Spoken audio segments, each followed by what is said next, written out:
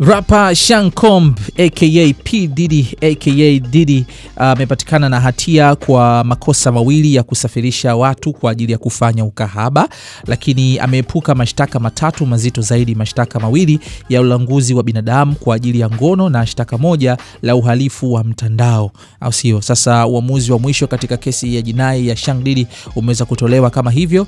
Ni moja kati ya kesi ambazo zinafuatiliwa sana duniani, na breaking news ni kwamba uamuzi wa mahakama umeweza kufikia mwisho na Diddy amekutwa na hatia ya makosa mawili, au sio? Mashtaka hayo mawili ya kusafirisha watu kwa ajili ya ukahaba yana adhabu ya juu ya kifungo cha hadi miaka 10 kila moja. Kwa hiyo kutokana na maamuzi haya mahakama, Diddy sasa hapa anaenda kuface miaka 10 kwa kila kosa. Anaweza kuface, sio anaenda kuface kwamba ni tayari, hapana, ila anaweza kuface miaka 10 kwa kila kosa moja. Kwa hiyo approximation ni kwamba anaweza kuhukumiwa jela miaka 20.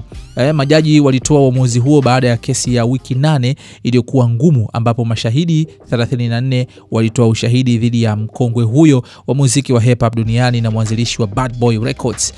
Alikuwa anakabiliwa na mashtaka mawili ya ulanguzi wa binadamu kwa ajili ya ngono, mashtaka mawili ya kusafirisha watu kwa ajili ya ukahaba na shtaka moja la uhalifu wa mtandao. Kwa hiyo ni hivyo tu kwa taarifa zaidi kuhusiana na kesi hii ya Diddy ambayo inatikisa sana ulimwengu kwa sasa, inafuatiliwa sana. Diddy ana makosa yake mawili, lakini makosa matatu ambayo wengi walitegemea kuona Diddy angeweza kukamatwa sana kwenye makosa matatu ambayo ni makubwa zaidi.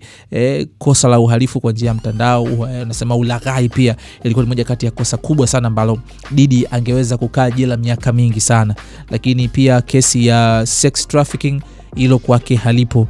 Mambo ya ngono hayo amefutiwa ilo kosa, ila kosa ambalo yuko nalo mpaka sasa ni kumsafirisha tu kesi kwa ajili ya ngono, kwa ajili ya kwenda kumhusisha na ukahaba, na kumsafirisha pia ex wake Jen kwa ajili ya kumhusisha na ukahaba, lakini sio kwamba yeye ndio alikuwa anafanya hayo mambo. Pengine kutakuwa kuna maamuzi zaidi huko mbeleni, tutazidi kukujuza hapa kupitia Ricky Media. Mimi ni Ricky, till next time, bye bye.